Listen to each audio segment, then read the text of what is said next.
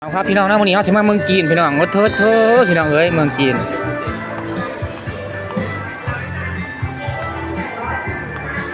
เดี๋ยวเนาะตัวนี้เขาอยู่เมืองจีนพี่น้องยังไงวะ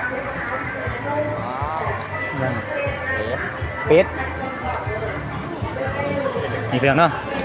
โอ้เป็ดดิบเป็ดไก่ พี่น้องเนาะวันนี้เขามาประเทศจีนพี่น้องเนาะประเทศเซี่ยนแพงไหนตัดสิมีเขา แพงอยู่ได้200เฮ้ยโมเมนต์สมอนเขาเอง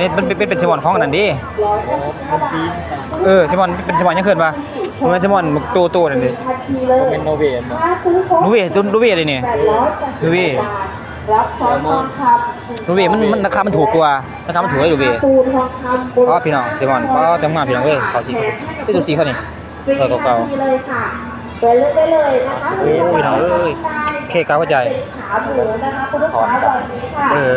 ซีขาหมูโรสแช่แข็งค่ะ